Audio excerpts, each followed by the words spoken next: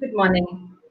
On behalf of the management, principal, and faculty members of Dr. MGR-Janaki College of Arts and Science Women, I would like to welcome you all to the eye-opener session on significance of Deepavali Utsav.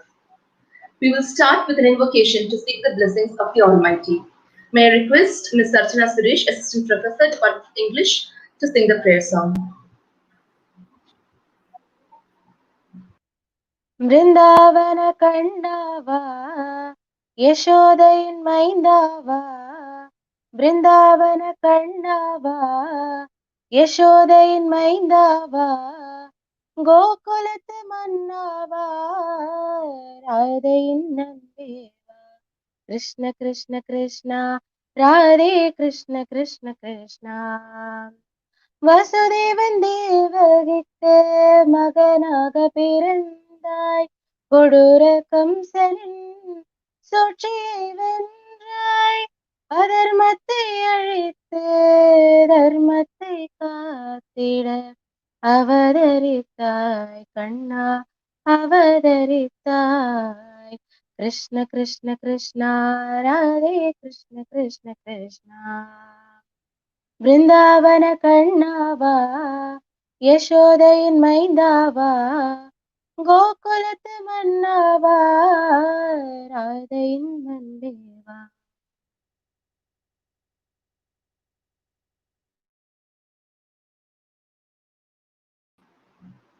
Thank you, Sarjana. Eye-openers have been a part of the culture of our college, and we have had numerous eminent speakers from diverse walks of life to share their life experiences in diverse fields. This practice has been beneficial in introducing the students to different perspectives and insights. This being the second eye-opener session of our Silver Jubilee year, we are proud to have with us again Dr. D.K. Hari and Dr. Hema Hari, founders of Bharat Gyan, a civilizational study initiative to compile and present the knowledge of India, its tradition, its culture, and its global ties from an Indian perspective. They have traveled extensively to over 30 countries to understand these civilizations, their culture and knowledge. With factual content on 108 different subjects on the state of knowledge in India, its traditions and its sustainable practices, compiled over 15 years of dedicated research, the Hari couple have evolved into subject matter experts on the overall understanding of India across ages from over 8,000 years ago to the present. They have given a few hundred lectures across India and the globe to wide audiences. Based on their research, they have authored till date 22 books and produced 5 documentaries as well as many short films that span a wide spectrum of disciplines such as creation, a trilogy on the history of Rama, a trilogy on the history of Krishna, to name a few. It is indeed a pleasure to have you both with us today. Before we start the session, there are some general instructions to the participants. If you have any questions, you may post them in the chat window. They will be answered after the presentation. The feedback link will be shared in the chat window towards the end of the session. Kindly fill in the feedback form to receive your e-certificate within 2 days. Without further ado, may I request Dr. Hari and Dr. Hema Hari to take over.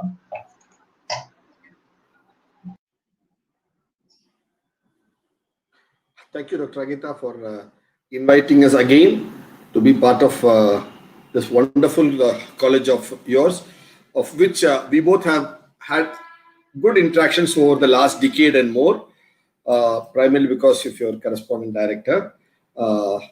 She has been a good friend, and it's been a very fruitful interaction over multiple times, and we respect her contributions to society and our friendship as well.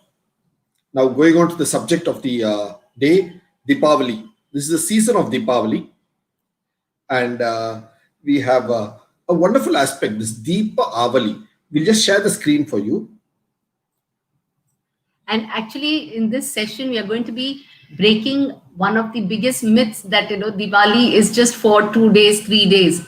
In fact, in Tamil Nadu, South India, we just celebrate one main day, that is the Naraka Chaturdasi day. But if we look at this and try to understand this festival, we will see how it is actually a month long of festival. That is why, he just said the season of Deepavali. So it is not just a festival of Deepavali, but it is a season of festive times and many, many reasons. It's a season which is celebrated for many reasons. And we're going to look at all those reasons now, hopefully as much as we can in the next 1 hour. So we will share some of our screen to, let you get more of that essence. Are you all able to see the screen?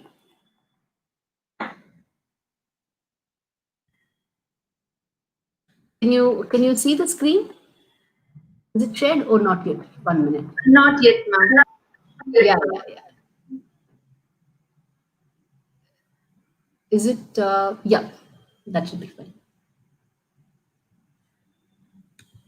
So you can see the screen being shared now. Yeah, you can see the stop shares. Fine, good, excellent. So now when we call this festival Deepavali, what does it mean? Deep, diya is lamp, okay, light, and Avali means a row of. So Deepavali is a festival where we have a row of lights, and it's on a row of days. It's not just one day, and it's actually, as she said, it's for a full month we celebrate Deepavali. It's for one full lunar month that we celebrate from Purnima to Purnima, ending with Kartik Purnima, which is celebrated here in South as Kartika Deepam, the famous festival. So it is part of this long, month-long festival of Deepavali, row of lights, Avali, lights, Deepa, lamp. So it fundamentally starts after the Purnima of following Navratri, the first full moon, when that's when it starts. That's the Ashvayuja Purnima, and from there it goes on up to Kartik Purnima. The entire month is a time of celebration, and you will wonder as to why this is the period. I mean, have you ever paused to wonder why do we celebrate Deepavali at this time and not at some other time of the year? And why this Ashvayuja month and Kartik Purnima, this is the period that we are celebrating. To just familiarize you with what is this period, Ashvayuja month or Ashwini, month of Ashwini, I will just show you a small thing about the zodiac. See, fundamentally, we have to understand. All of you are aware of the zodiac in the sky, right? Of course, many of you know the zodiac in the what do you read in the papers about the astrological thing, but that's the real zodiac is in the sky. I'm sure you're all aware that there are 12 Rashi, right? Which is in English called zodiac. The word Rashi itself means cluster, things coming together. So a few stars coming together is Rashi.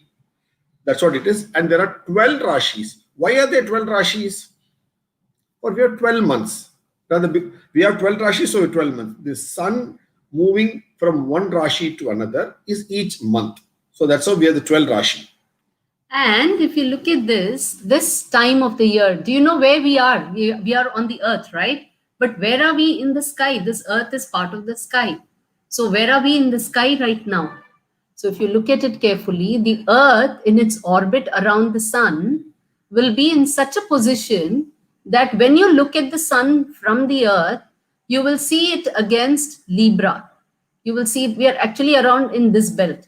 So you will see it around Libra and Scorpio. We are between these two right now. So this is the position where we are. And therefore, when the moon comes, so opposite. So when do you get a full moon? When the moon is opposite the sun. So if the sun is around this direction, the moon has to be in this direction. And the exact sign opposite Libra would then be Ashwini or the Aries, which is the starting. So if you really look at it in the Indian calendar system, these 2 points, the Libra and Aries, Ashwini. So these two are the half year. Can you also guess why these are the half year? Because fundamentally, this is where you get the equinox also happening. So it is when the earth is around this part of its orbit, either here or here, is when you have equinox, that is equal day, equal night. So these are times of balance. That is why the Indian calendar starts when the sun is in Aries. The earth, when it is on this side, and you look at the sun and the sun is in Aries, that is when you start the new year. And this is the half year. 6 months later. 6 months later, when the earth has come this way. And the moon is along this, and the sun is along Libra. This It's is an the alignment. So it's an alignment of all this, from Libra to the sun to the earth to the moon to Ashwini Aries. Look at the alignment in the sky. So that alignment brings about a this particular season of celebration. festival. Let's look at the. Because now what is happening is you're starting the dark half of the year. So from here onwards, as the earth moves into all these zodiacs, around aligned against these zodiacs, and the sun starts moving from Libra, Scorpio, Sagittarius, and so on. This part is the dark half of the year. This is the bright half of the year. So it is time to usher in the dark half. And look at the names of the month. See, this in Aries is where you find the Ashwini star. So that is why this month is called the Ashwayuja or Ashwini. And in Tamil, we call it Aipasi. And when this comes here, when the earth is here and the full moon is aligned in this direction, that is where, see, in Taurus, you find the Kartika star. That is why this month is called Kartikai. And the celebration of Deepam on the full moon, when the star is aligned with Kartika, is called Kartika Deepam. See that. So if you see, she said, no, this is the dark half of the year. That is why you light the lamps, diya, to herald in, to usher in the dark half of the year. And she also told you so well about the Kartika stars. Where are the Kartika stars in the sky? They are the Taurus constellation, and they are called Pleiades. In the sky, you can see there's beautiful constellation in the sky. You can all see it. So we usher in the dark half of the year with lights. So beautiful, isn't it? And if you look at this, this is when in much of India, the southwest monsoon is over. And the skies, the clouds are moved away. And it's clear sky. So you can see a nice, clear, full moon. Isn't it? So you have beautiful nights, long nights with clear skies. You can see all the stars in the sky. The glory of the skies you can see after the clouds have moved away. And what do you see in that? This is what you have, the southwest monsoons, which comes over much of Bharatavarsha, and it makes the land prosperous with all the rains. All the lakes, tanks, ponds are filled with water. When water comes in, the land has prosperity. And what happens when you do that? When all your lakes and tanks are filled with water, what do you have? You have water lilies, you have lotuses, all that in the ponds, isn't it? So the sight is so beautiful. All your water bodies filled with water, and water flowers are there like lily and lotus.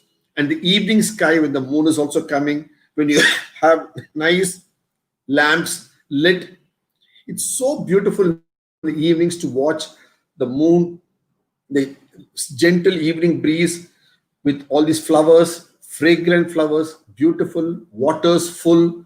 So what do you actually call that festival? In olden days, the whole month of festival was called as Kaumudi Mahotsavam.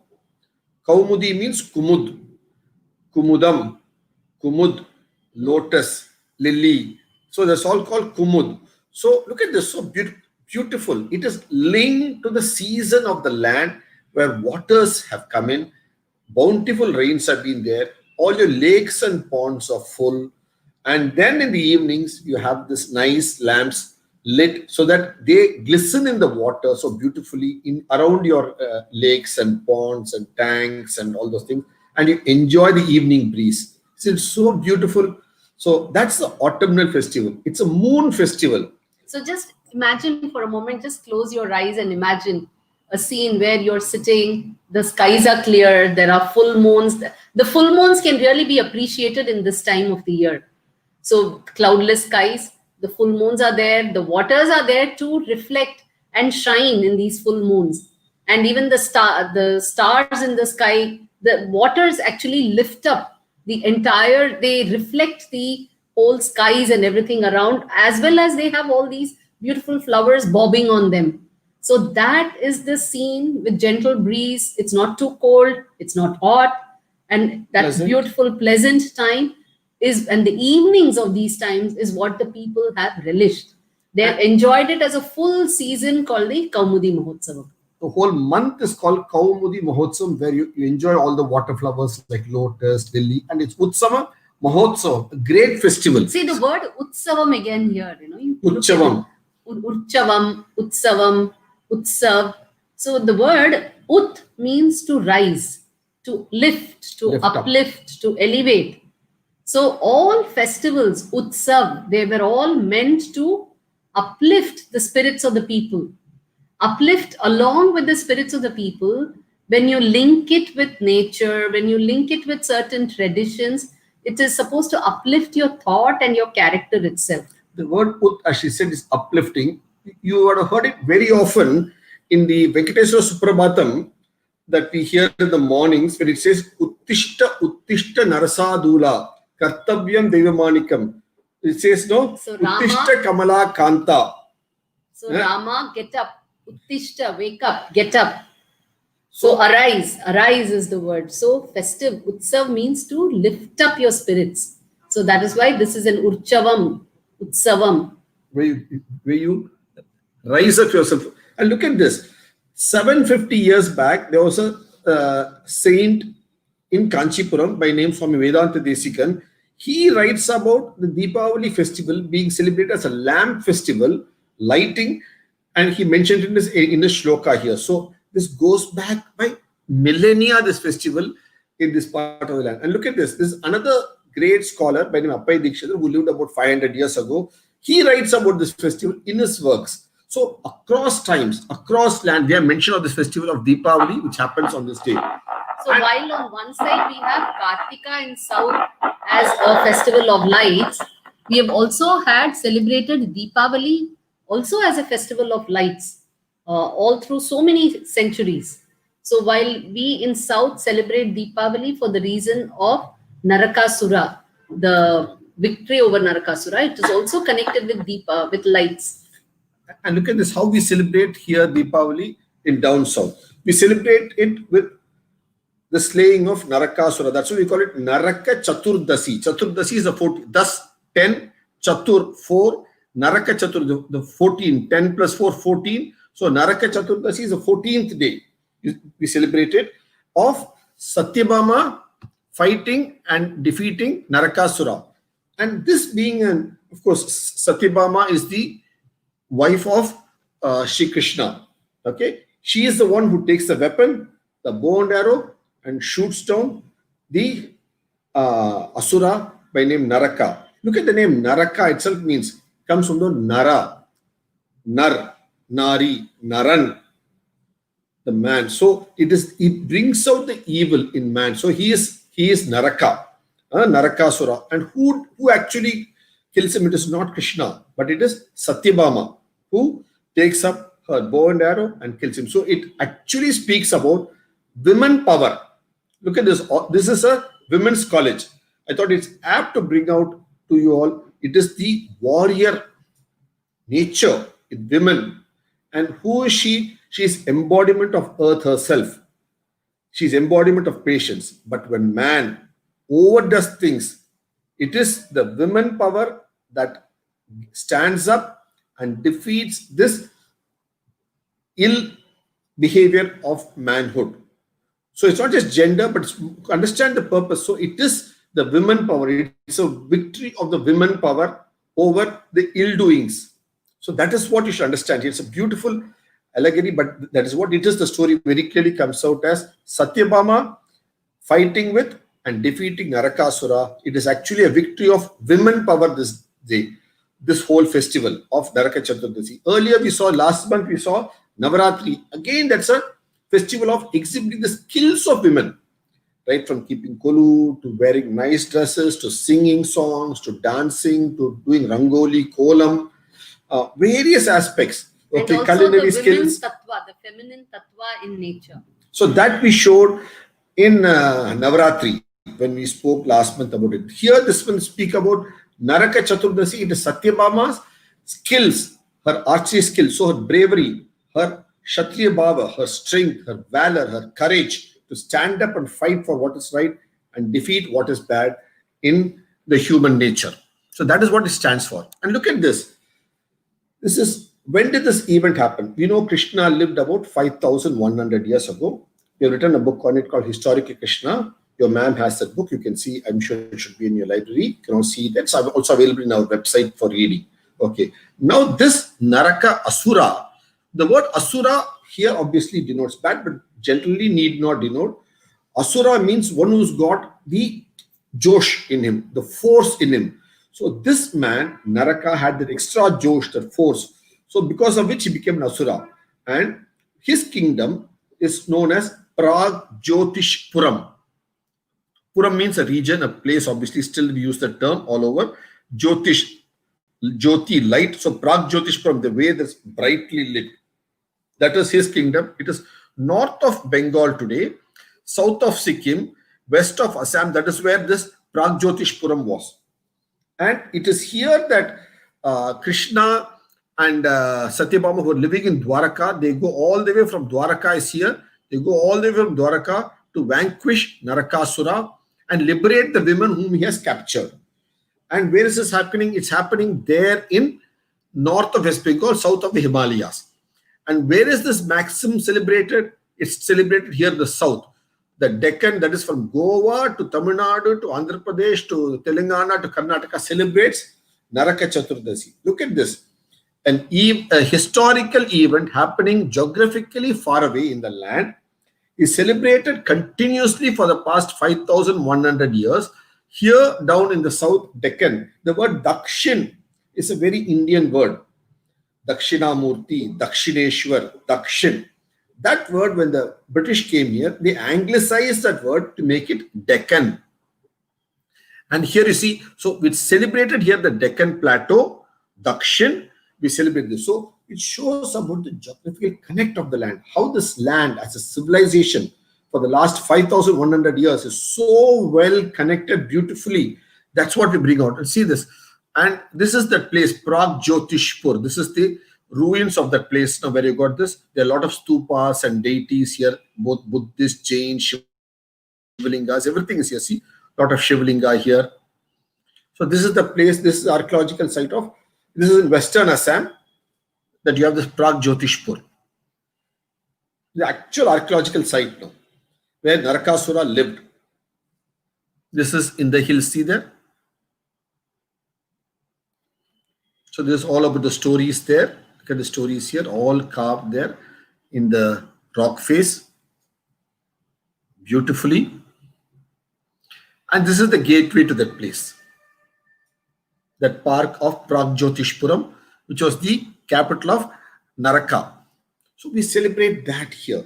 So it's so beautiful. So what happens in Western Assam is celebrated in Dakshin Deccan as Naraka Chaturdasi. Look at that. Now let us go west. Look at Lakshmi Puja, which is what is celebrated in Western India. That is Maharashtra, Mumbai, Gujarat, Rajasthan, some amount of Madhya Pradesh, Northern Karnataka. Why is it they celebrate Lakshmi Puja then? What does Lakshmi bring in? Lakshmi brings in wealth. And when does wealth come? After the monsoon rains. Because when the monsoon rains are there, your fields get all the water. When your fields get all the water, what happens? When your fields get all the water, they are luxuriant. They have got so much rains and water. So you got good crops. When you get good crops, you get good yield. Then you can sell it in the market and get money. So that's when you celebrate Lakshmi Puja. Look at this. For each region, the puja is intertwined with the geography of the region, what the produce of the region is so beautifully. So that's why you get the Lakshmi Puja then. Now let's go on to Rajasthan. Rajasthan, we all know, is one of the most famous Jain traditions of the land. It's in Rajasthan. So it is the day when it's looked at as Mahavira's Parinirvana. So if there are Jains in our college, the noble tradition of Jainism, it is the day that Mahavira, the 24th Tirthankara, he enters, he joins one with Jyoti. So it's celebrated as the most important day for the Jains in that way. It is Mahavira's Parinirvana.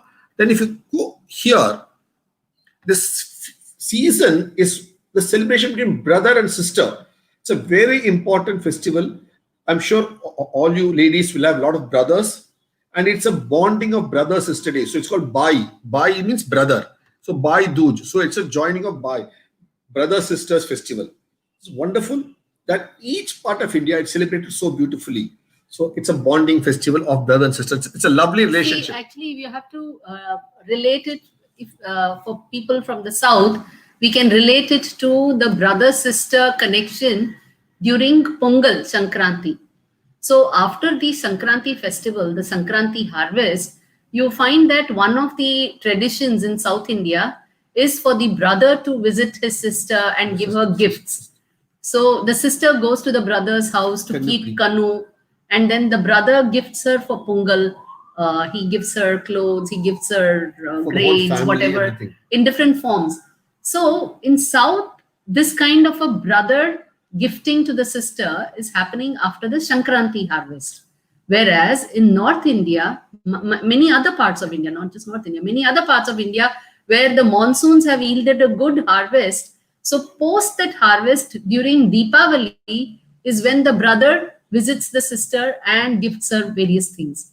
So that is what is celebrated as Bhai Dooj. In Bhai Dooj, typically you'll find the brothers visiting the sisters and sisters visiting the brothers. So it's like a family time. So it is a brother-sister relationship is beautifully brought out. Of course, so the daughter of the house is given her share of the harvest bounties is also given to the daughter of the house wherever she is. The brother goes and gives it to her. And where better than celebrated with the Yamuna river because of the Yama Yami concept of the brother-sister conversation, which is incidentally mentioned in various texts like the Rig Veda, Shruti, Smriti, Itihasa, Purana. Everywhere it's mentioned about this Yama Dvitiya. It's called the second day. Because this will happen, see, Amavasya, Naraka Chaturdasi is one day before Amavasya. One night before Amavasya. Amavasya is the day when you have the Lakshmi Puja and everything.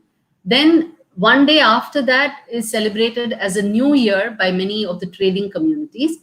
Then the second day, second phase of the moon, Dvitiya or the Dooj, as they call Bhai Dooj. So Dvitiya is when it's called also Yama Dvitiya because Yama and Yami, his sister, also have a conversation during. It's actually a very nice conversation between brother and sister.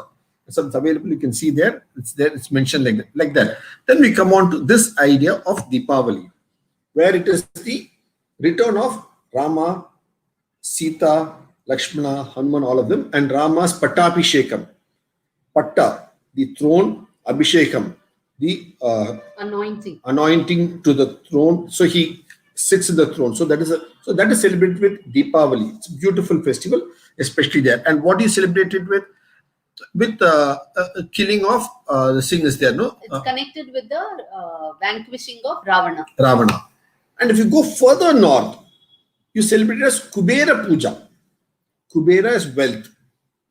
And it is because the land is prosperous.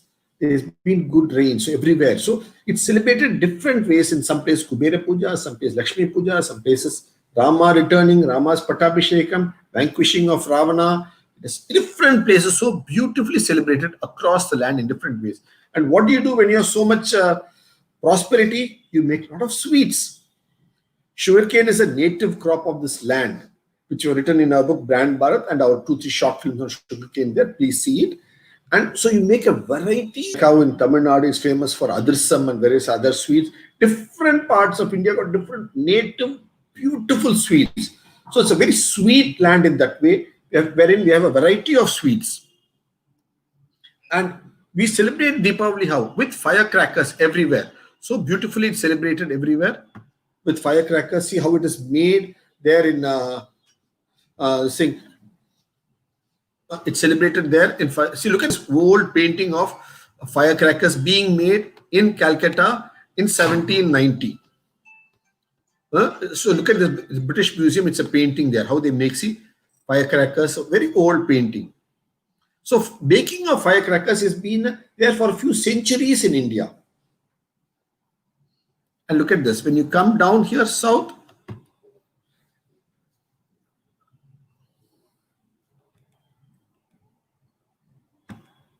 and look at this Deepavali being celebrated with firecrackers. Look at these paintings of firecrackers in different parts of India. So beautifully celebrated everywhere. So it just shows that celebrating Deepavali with firecrackers has been a millennia-old tradition of this land. So it's not something that is just a recent add-on, point one. And also, it is not just as a expression of just fun and cheer. In our book, Deepavali, we have actually written about the reason why they introduced firecrackers as a means of celebration, as a means of observing the Deepavali season. And it has also been taken on the aspect of fun and celebration. Also, look at this beautiful paint, all going back a couple of 100 years in ancient India. How, see, look how all it's celebrated. So look at the amount of Deepavali. Look at the row of lights everywhere and the firecrackers in it. Look at this tower of lights. So it's a British painting, and he is drawn as he has observed it being celebrated in many places. So this is during a travel from Bengal to Delhi. So on the way in Uttar Pradesh is his observation. Look at this, how it's Avali, really row of lights everywhere, and the tower of lights. This tower of lights is called Akash Deep or Uluka, as you can see written about in the book. So what you do today, the pencil and all that, what you see, it's so old in tradition. Look at the row of lights here. And all the firecrackers in the skies.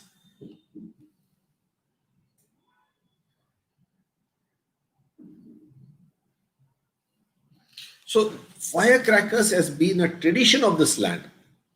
And let's responsibly blast firecrackers safely, as it's a tradition of this land. Look at this. We got examples right from Kashmir, where you got firecrackers, to Delhi, to Varanasi, to Bengal, Vijayanagar.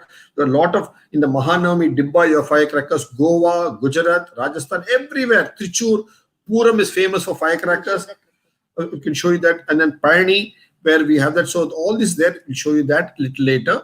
And then, so it is a tradition of this land. So let's have a blast this Deepavali.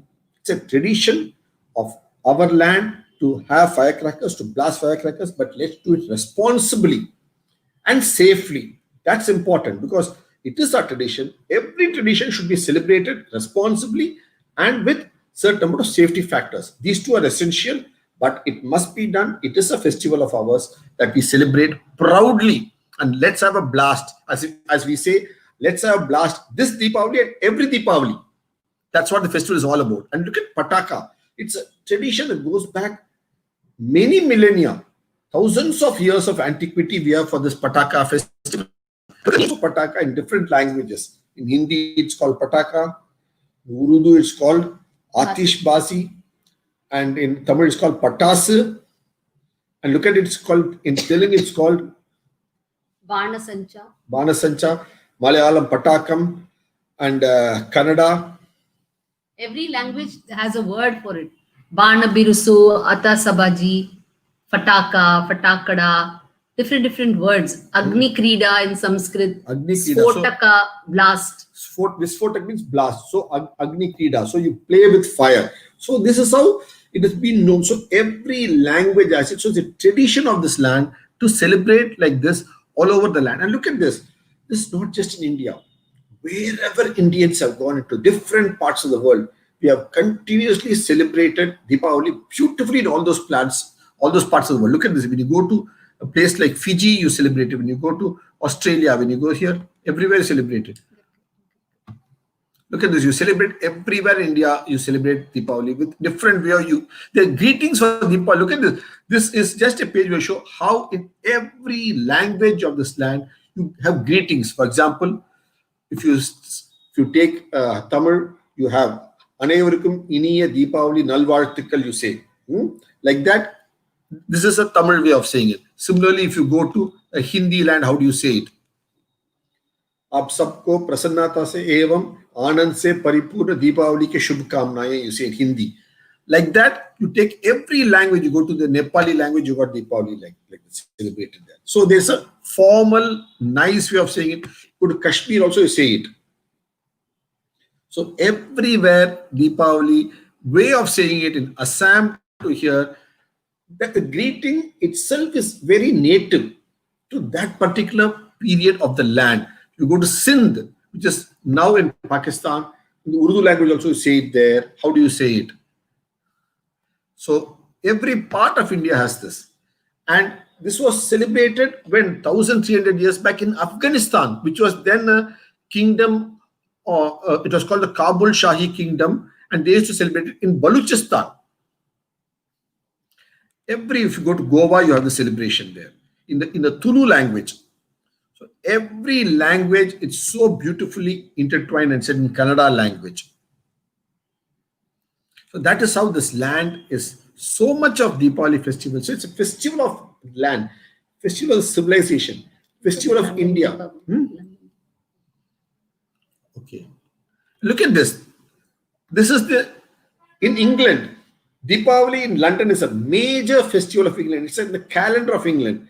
And this was started few decades. Look at this huge festival in Trafalgar Square, which is the center of the city of London. They have a huge Deepavali Pandal and Deepavali festival here. The whole Trafalgar Square is filled with people celebrating, both Indians and the local London citizens come together to celebrate Diwali. And today, Diwali in London is one of the major festivals which are addressed right from the Prime Minister of England. Everybody joins the festival. It was actually started a few decades ago by 7 people standing with lantern in front of the Trafalgar Square on a very blistery evening, because some days, especially in early winter, London can be pretty cold. So 7 people standing there and celebrating Diwali. It started off with just 7 people. Today you can see 70,000 people and more celebrating Diwali so beautifully. Instantly, we had the honor of about 10 years back of taking part in this Diwali in London festival there.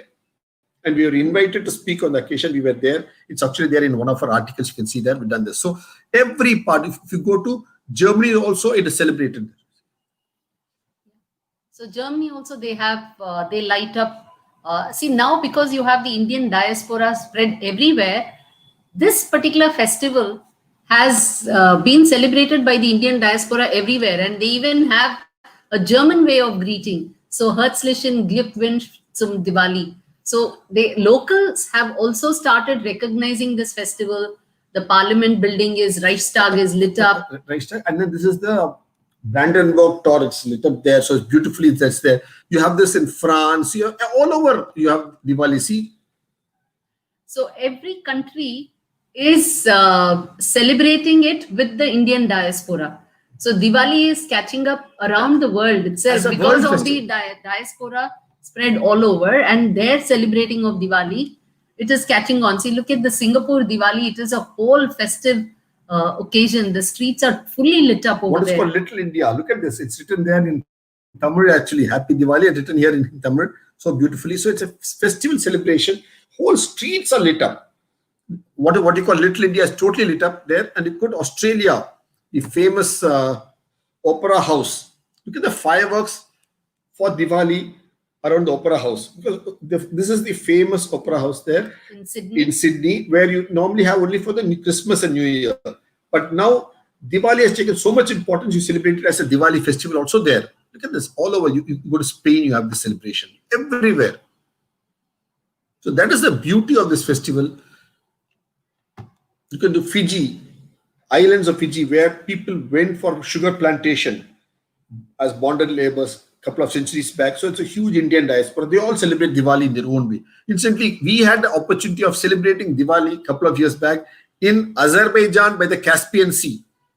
We celebrated in Turkey also a couple of years back, and 1 year in Azerbaijan. So it's a huge festival. So it's a global festival now.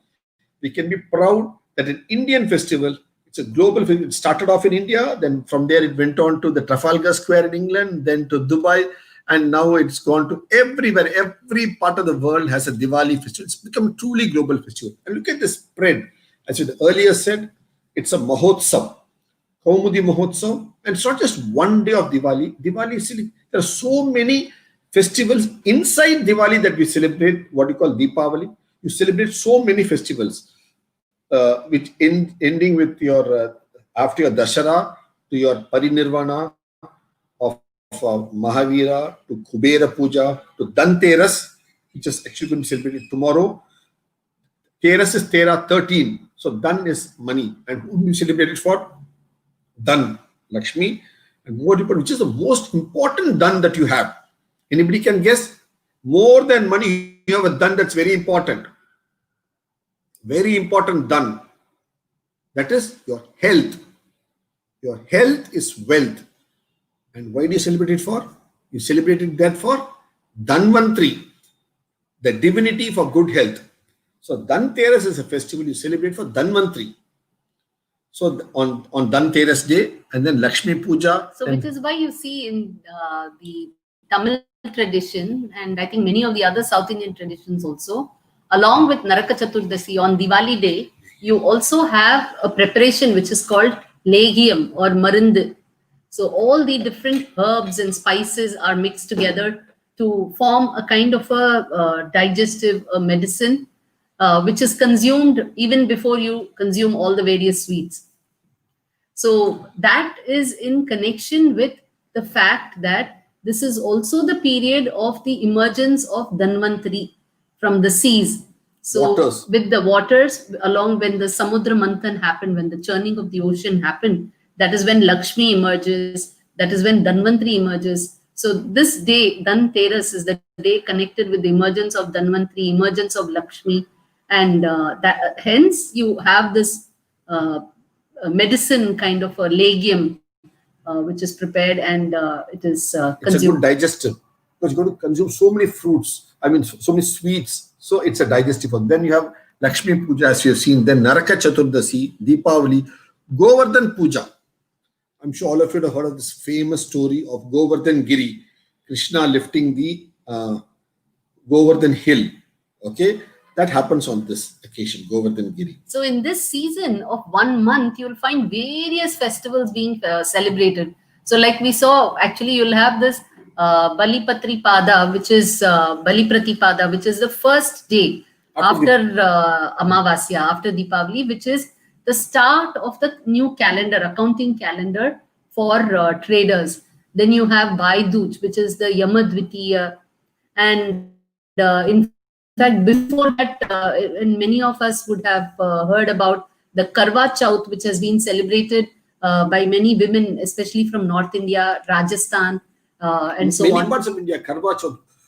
And do you know why this Karwa Chauth is celebrated just before Diwali? It's a very interesting story. Actually, we have written an article on it. It's available in our blog. Please read it, and also in our book, Karwa Chauth. And today, some people make some fun of it, that women keep fast for men. It's a beautiful festival, such a wonderful festival. It's linked again to nature. Why do women keep fast? For the safety of the men. Karwa Chauth. Because all of you are ladies here in this particular audience, I'd like to take a few minutes to explain this. In the Indian thought, there is something called war window. Actually, we have got it in our, so you can see it there.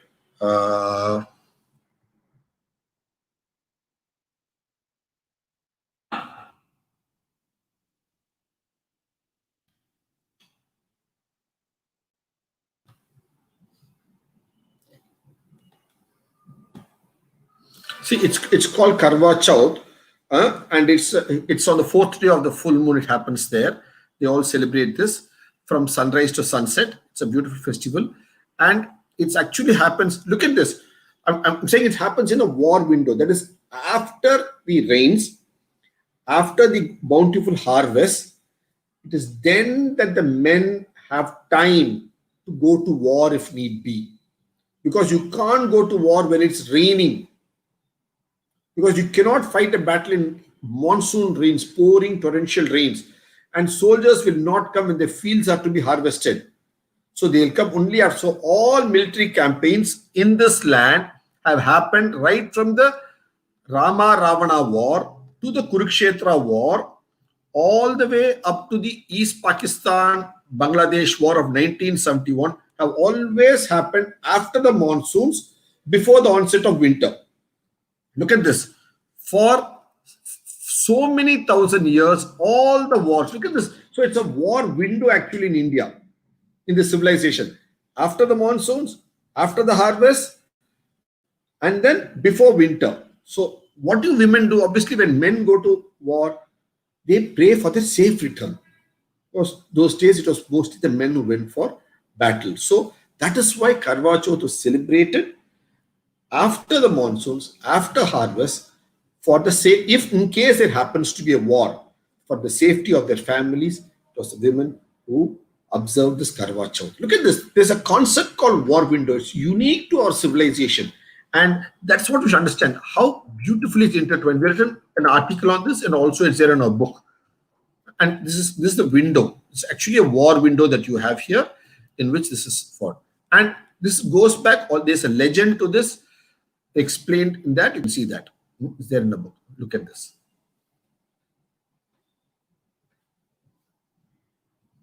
And it's women also, they take up swords and shatrani, they dance. Look at this famous dances of the brave warrior women, and it's observed everywhere in different paintings, different parts of the land.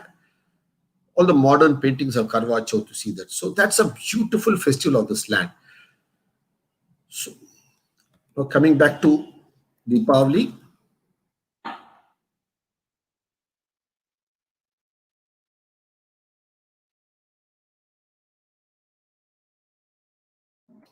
So like this, we have a wonderful range of festival that we have in this land, different reasons, and all the way it goes up to Kartike. I want to show this, all the way it goes up to Kartike actually, this festival. And look at this 5-day festival. She'll show you this particular chart. I'll show this chart. So, starting from Ashwayuja Purnima to the Kartika Purnima, that is this entire period when the moon is here and keeps going round, and the earth comes here and the moon comes here, full moon. So, from this full moon to this full moon is this entire period which has been celebrated as the Deepavali season, but in local term it was called the Kaumudi Mahotsava. And this period had so many reasons. Today, however, the prominent, we have kind of now forgotten that Karwa Chauth is part of this, Kartike Deepam is part of this, and so many other things are part of this. Today, however, it has shrunk down to associating just about 4 or 5 days with Deepavali, where each part of India focuses again only on one particular day. Usually just they pick up one of the highlights. Like we said, for instance, in South India, it's Naraka Chaturdashi. In West and many parts of North India, the Lakshmi Puja is more important. And even there, on that day, it is not just the Lakshmi Puja which is celebrated. You will find many reasons. You will find Lakshmi Puja, coronation of Rama, return of the Pandava also on that day. Then the Vikram Samvat starts on that day. Then Mahavir Parinirvana. So that all of these, many reasons on that particular Amavasya day, which is the day of actually Deepavali. And then the next day is celebrated as Govardhan Puja. Then Annakut in North, many people prepare varieties of food, but naturally your harvest is over, and how do you display all the harvest? So your culinary skills are on display. So you make varieties of sweets, and then they create a group gathering. Gathering of beautifully, she says. So you create hillocks of fruits and foods, sweets, varieties. That's called Annakut. So and they all share together. Everybody brings food. They all contribute, bring in something, create a mound of food, and then they all partake, so share it. That's a samudayam.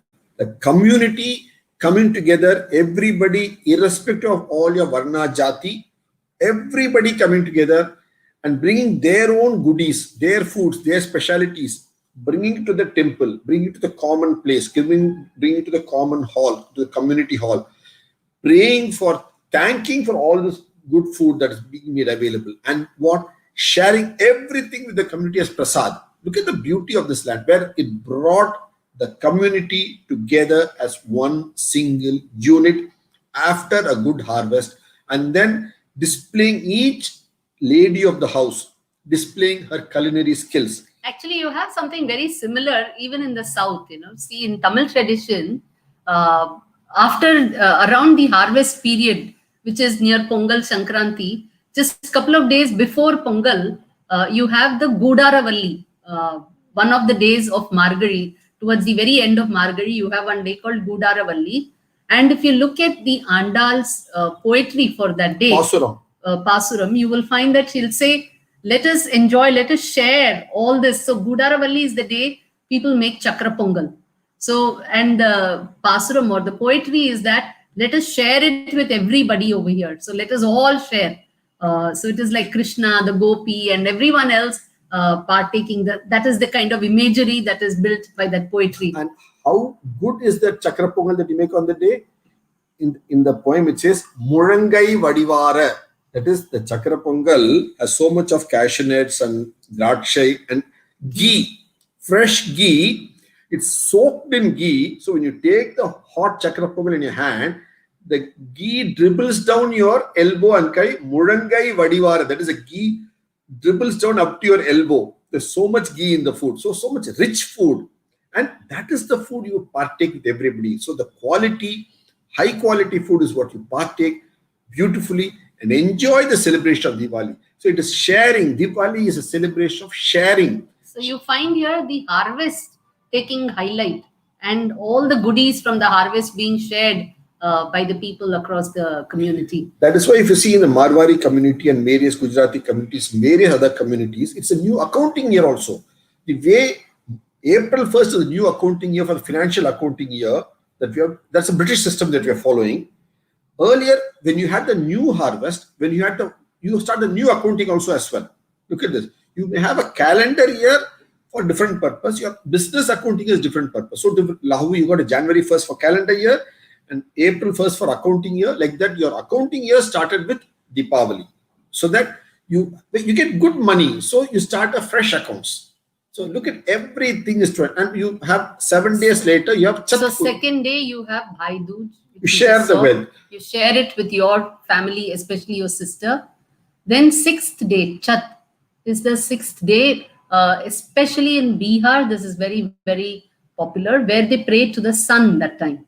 So this is the Chat Puja. They all go into water bodies, local water bodies, and then pray to the sun, both in the morning and in the evening. Sunrise and sunset, the ladies of the house, they wear kumkum, they dress up very well, and then they go stand waist deep in the local water bodies and they pray to the sun for the well-being of the family and the whole community. Look at the beauty of it.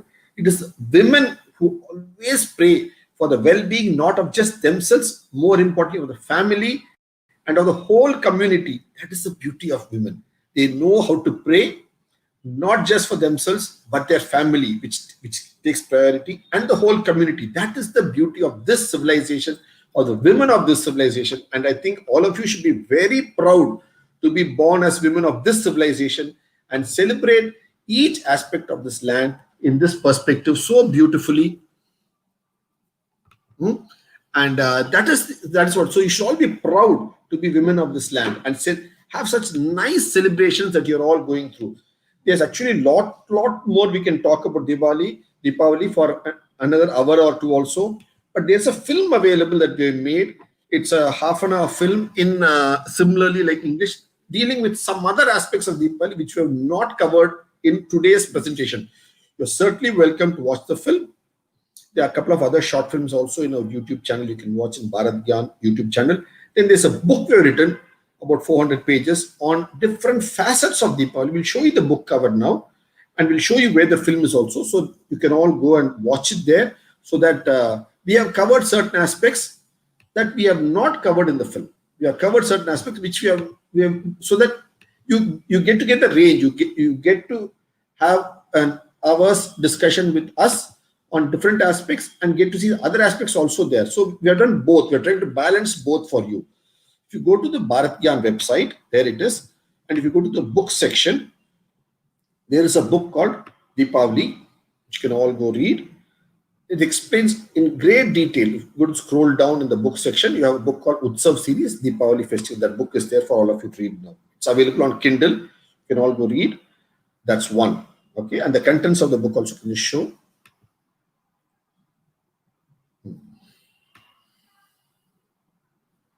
These are each day of the festival, what we spoke about. Day 1, day 2, day 3 of the whole Deepavali season. There for all of you to read. That's one. This book is there. And the host of articles in our blog for free reading, which you can all do. And also, why firecrackers? Why? I think some other session we can only deal with firecrackers. How we have a history of fireworks in India from so many millennia, starting from Bogar to all along in Kautilya, it is mentioned. Raja Bhoja in 1000 CE is mentioned. So, how we have firecrackers as a history itself. It's not something new that came to India from China, but India itself has had firecrackers from many millennia ago. So it is a very Indian tradition of firecrackers, and actually one of the earliest person to give us firecrackers is, I'm sure all of you know the Siddhars, the great Siddhars of Tamil Nadu. One of them is the great Siddhar by name Bogar. Bogar, I'm sure all of you heard of Bogar. And the great achievement of Bogar is what? The great achievement of Bogar is, if you see, it is, he was the one who, here you got the image of Bogar. I hope you're able to see the image.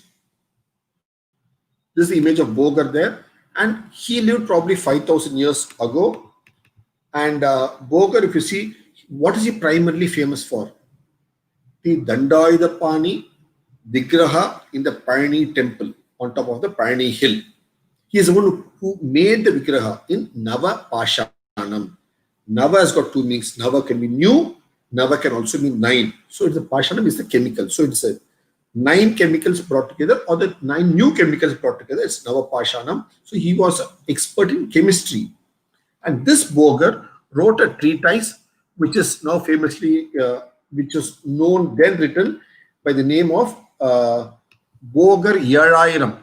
That is the name of the treatise, Bogar Yarayiram. It is there. And in that, he very clearly brings out that he calls it what? He calls it Vedi Uppu, he calls it. And brings out that it was he who made this. I think it's some other chapter. So he makes this Vedi Uppu, and from that only we get that. So saltpeter. I'm sure in chemistry all of you have heard of saltpeter, which is needed to make all this chemical. So Patasa is a very clearly tradition of us in India and the Tamils. So beautifully. So let us celebrate Patasa beautifully as a festival of this land and responsibly burst Patasa safely. And for the youngsters in your family, teach them how to do it safely, because you're all today college-going students and professors in this institution. So all of you know how to responsibly do it safely, do it without play, without being playful about it. Play, but don't be playful. Responsibly, safely, burst Patasa, because it's a tradition. Bogar has written how to make Patasa many thousand years ago. So it's a tradition of this land. And Sivakasi, our land, makes some of the largest amount of firecrackers in the world. And we export all over the world. So it's a proud Indian tradition that's come down to us many millennia, the technology to make it, and for a host of reasons to show how we are a prosperous land of celebration, of multiple reasons of celebration. So in India, there are many seasons, and there are many reasons for seasons and for festivals. So for every reason, there's a celebration. For every reason, there's a season, there's a reason, there's a celebration. It's the beauty of this land. And let us all enjoy and celebrate it. And let's have a wonderful Deepavali. Let's have a blast. This Deepavali and every Deepavali. So happy Deepavali. There's a film also you can see on this. I've shared it with your professors. You can all watch the film. It's nice, and take it forward from the articles also in the blog that written about Deepavali. Short articles, just 1-2 pages. You can read them also and share with all your friends. Okay. Any questions you'll be happy to take, because we almost come to the end of 1 hour presentation. We'll be happy to take questions now.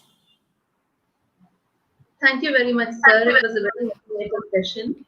And there are many inputs in the chat box saying that it was very informative. We all got to know that it's not just about bursting crackers and eating sweets. There's a lot more to Deepavali. Thank you very much for the session, sir. Dakshayani, Assistant Professor of Psychology, would ask the questions posted by the audience. Thank you so much, ma'am and sir. for enlightening us about the rich significance of Deepavali Utsav during this Utsav season. It was really interesting to know the roots of our heritage. It was really nice, and we have got a lot of appreciation from the audience side. I'd like to read some of the comments. Beautiful pictures, sir and ma'am. It was really nice slides. It was really good and nice information about Deepavali. Thank you, ma'am and sir. It was very well explained. And many of them have said it was really nice and it was really interesting to know a lot of traditional values that we have. Thanks a lot. So we'll now move on to the question answer session. So here's the first question. Is there any health benefits associated with bursting crackers? Yes, mosquitoes will reduce. That's certainly a big health benefit. When you have waters in the ponds, you're going to have mosquitoes, because earlier you had clean waters in the ponds and you had fish in the ponds to reduce the mosquito eggs. Today, unfortunately, the ponds are all very dirty and cesspool, so it's breeding ground for mosquitoes. And instead of just having tortoise mosquito coil, you can have pataka, the fumes, which will again reduce mosquitoes. Certainly health benefit from that perspective. And look at it. See, when you see pollutants in the air, you have to list out the pollutants in the air. Which are all the pollutants? Which is the most polluting product that we use? Sequence it out. 1, 2, 3, 4, 5, 6, 7, 8, 9, 10. If you do that, bursting crackers comes number 10 in pollutants, which is the first pollutant world over, not in India and the world over, for environment. The meat industry. The meat industry is the most polluting industry in the world, followed by automobile emissions, industrial emissions. Meat industry because of the meat. And the meat industry because methane and washing of the meat and all the fecal material, everything, it's the most pollutant world over. There's no doubt about it. Okay, that's number one pollutant. Number two is the emission of automobile fumes. Number three is industrial waste. That sequence, we see number 10 comes just for 1 or 2 days or 3, 4 days, you burst crackers. Now, you cannot use the number 10, you are not addressed 1 to 9, but you're going to attack number 10 alone, say it's a pollutant. Means we are all logical people, we are rational people, we are educated people. We should know which are the sequence and which to take on. We take on pollution right through the year. They can't be taken only the point 10. So we are intelligent people, educated, logical, rational, scientific students. You understand the reasoning, okay? So it is not a pollutant in the sequence of pollutions. And it is a technique which can add a lot of value in terms of being a disinfectant as well.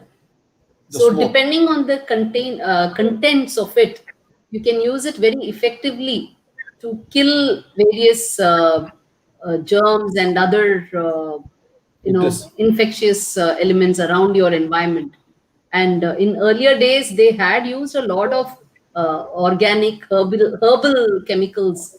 Chemicals is wrong. The herbal mixtures. Green patasa. That's what you have. Now today we are having green patasa, which are more eco-friendly as well. And we have to now become innovative again. See, what we have to understand from is one, if we go through the book, you'll understand the reason it has become a tradition. So to respect that reasoning, you have to maintain the tradition. Now, two, earlier they did use a lot of herbal mixtures, and today we are coming up with green, but green right now is to the extent of non-polluting.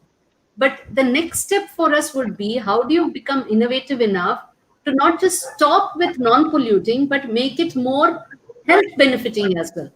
So move on to the next level. So you stop creating harm, fine, that's very good. But now create good. That is the next step.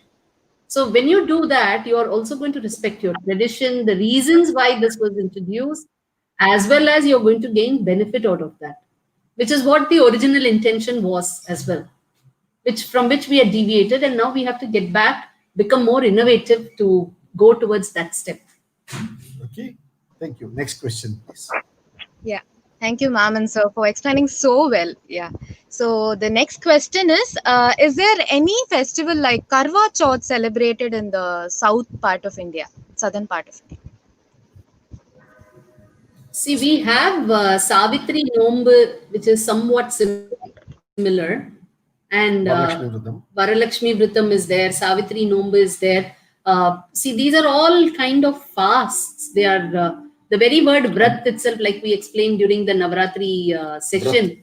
Vrat means it is to contain, to keep yourself contained. Either contain your intake of food or contain your three fundamental activities: speech, thought, and your intentions, your thinking, your speech, and your body actions. So three aspects: how do you contain either one or all three, and therefore regulate your well-being, as well as once you regulate your well-being and you're very balanced, then whatever thoughts you have, whatever prayers you have that time will bear fruit. So that is why you go on vrat, so that you are very balanced, you are in a very good frame of mind. And at that time, whatever you wish for, those kind of wishes translate into this everywhere and kind of helps yield the result. For So that is the vrat, and that is done for the well-being of see, today is husbands. Ekadashi. Today is Ekadashi. That's also a vrat, where you are supposed not to eat and sort of solid foods. You're supposed to keep your stomach clean. It's a cleansing event. So you can have mental cleansing, physical cleansing, cleansing of the environment. Different levels of vrat is what she said beautifully.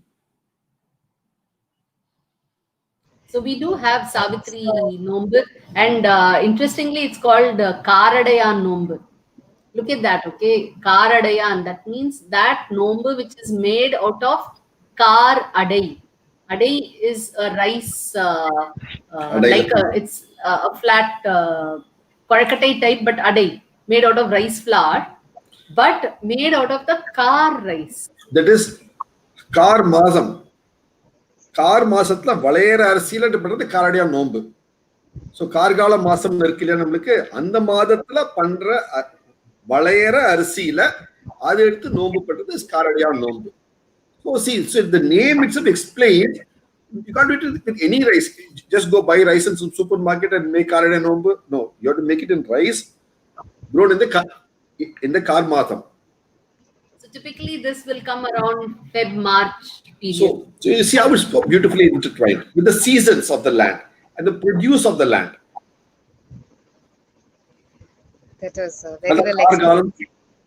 One other thing you have to understand is while for people from the military class, the Kshatriyas as they are called, for them the war window is a very prime day and thank for the well-being of their husbands, because it's a risky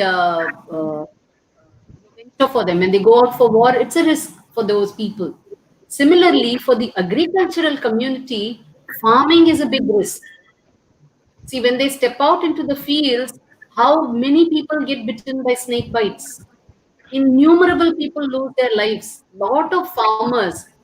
In fact, so many of them, there are many people today, many social organizations working on coming up with solutions to prevent snake bites for farmers. Farming is not very easy. It's a back-breaking job. I'm so very back-breaking job. It comes with its own set of risks. So, after a harvest season, to thank that for the safety that your husband has come back well after the farming season, he is still hale and healthy. Itself is a very good a feeling of gratitude for the whole family, because the women also go to the field. So for the whole family. Next question, please. Yes. So, sir, ma'am, this will be the last question. So, can you please tell us some safe practice to celebrate this Deepavali? in this COVID-19 situation? Obviously, this is a virus that's hit us all very badly, both health-wise, socially, financially, and in multiple ways, our whole civilization. Okay? And this is not the first virus, nor this is going to be the last virus. Viruses have lived even before man came into being. For this, we have written a book called Staying Alive India. It's available for read in our website. Only specifically for this question that you have asked, it's available now for free read. For next till Diwali, it's available for free read. You can read that book, Staying Alive India. It's right at the top of our bag. 1. 2. Social distancing is a must, obviously. And as we reiterated, safe practices of bursting crackers. Don't keep crackers bursting only in an open area where you have enough space to move away. Don't tie it on a dog's tail. Don't keep it inside a patra. And when you leave rockets, be clear that it doesn't go and hit into somebody's houses. Go to an open area if you want to rock. So safety, be it in social distancing or your healthcare or in your writing your studies, your exams, everything, your primary safety is a responsibility. The same safety rules carries for bursting crackers, safety in the kitchen when you make your all your new sweets and all your bhakshanam, as we call it in Malayalam and Tamil and Kannadam and right word. Okay, you're all young girls. Your foray into the kitchen is all new for the last couple of years. Okay, so you're going to get used to making all the nice sweets and the bhakshanams. Safety in the kitchen is important because you're dealing with hot oil. So kitchen is actually a very hazardous place if you don't know how to carefully handle the kitchen. You got sharp knives there. Okay? You got oils there, hot oils there. Be very cautious in handling it. It's a pleasure to cook for the family. At the same time, it has to be safe. It's not the safety in patasa, it's the safety in the kitchen as well. So don't cook with the cell phone in your ear. Very important. Keep the cell phone off and then cook, because again, it could catch fire. You don't know what happens. You could drop it here, there, because I know people have dropped the cell phone in the gas stove and all that happens. Very unfortunate even. So do it safe. Your wire should not be dangling from your ear to the cell phone and touch the stove and all that. So keep all that off. When you focus on the cooking food, focus on that. When you want to have good time with the phone, have good time with the phone. When you want to have patasa, focus on the patasa. So keep a time for everything. Okay, and enjoy the festive season responsibly, safely, and happily. Thanks a lot for patiently answering all the questions in detail, sir and ma'am. So may I now call upon Miss Anita Mary, Assistant Professor, Department of Psychology, to deliver the vote of thanks. Before this, can we just say a word of thanks to all of you in this wonderful college for conducting such a nice program, to your principal ma'am, your correspondent ma'am, Dr. Lata Rajendran, and all of you for doing it so well. Your principal ma'am also for giving all of the students such opportunities to engage with people both from the institution, outside the institution, to learn so much. It's a wonderful opportunity. You're all so lucky to be in such a open-minded institution, and kudos to all of you. Thank you, ma'am. Thank you. Thank you, sir. Very good morning to one and all present here. It is a great honor and privilege for me to propose the vote of thanks for this enlightening session today. I would like to start by thanking God for paving the way that we safely walk on each day. It is indeed a privilege for me to once again thank our amazing speakers, Dr. D.K. Hari and Dr. Hema Hari, founders of Bharat Gyan. It was not so long ago that we had an amazing session on, the festive season of Navaratri. Now we are enlightened on the season of Deepavali as well. And what a better way to, celebrate this festive season than actually understanding the season in its totality. And your session brought us out of, our mundane day-to-day work and filled it with excitement and eagerness to celebrate this holiday, in its true, authentic sense. Thank you for taking us through this magical journey. It felt so rejuvenating. It felt so peaceful. And our mouths also kind of watered a little when you spoke about the sweets. Everything you'll explain is so beautifully put. Understanding our tradition to its core. For example, Karva Chauth, where we do what we're supposed to do, but we really don't understand the roots behind it. And you all have put it out so well. And all the negativity behind certain traditions are also, quashed by understanding what it's all about. So thank you, sir. Thank you, ma'am, once again. It was a beautiful experience. My gratitude also goes out to our powerhouse, our energetic correspondent, Dr. Lata Rajendran, and our ever helpful chairman, Mr. Kumar Rajendran. I would like to take this opportunity to thank our principal, Dr. Mani Mekalai, who has constantly been guiding us throughout, everything that we do, and our vice principal, Dr. Lakshmi Balaji, for her hands-on support throughout all our endeavors. My heartfelt gratitude goes out to Dr. Shanti Lakshmi, our Dean of Academics, and Dr. Abhita Sabapati, our Dean of Students, for their help and guidance in all our eye-opener sessions. And of course, last but not the least, I would like to thank each one of our students and everybody for joining in and making this session a huge success. I'd like to take this opportunity to wish all of you a very happy Deepavali. Enjoy this festive season with the ones that you love. Happy Deepavali, sir, and happy Deepavali, ma'am. All of you all enjoy yourselves, but stay safe as well. Thank you all once again. Thank you. Wish you all a very, very happy Deepavali.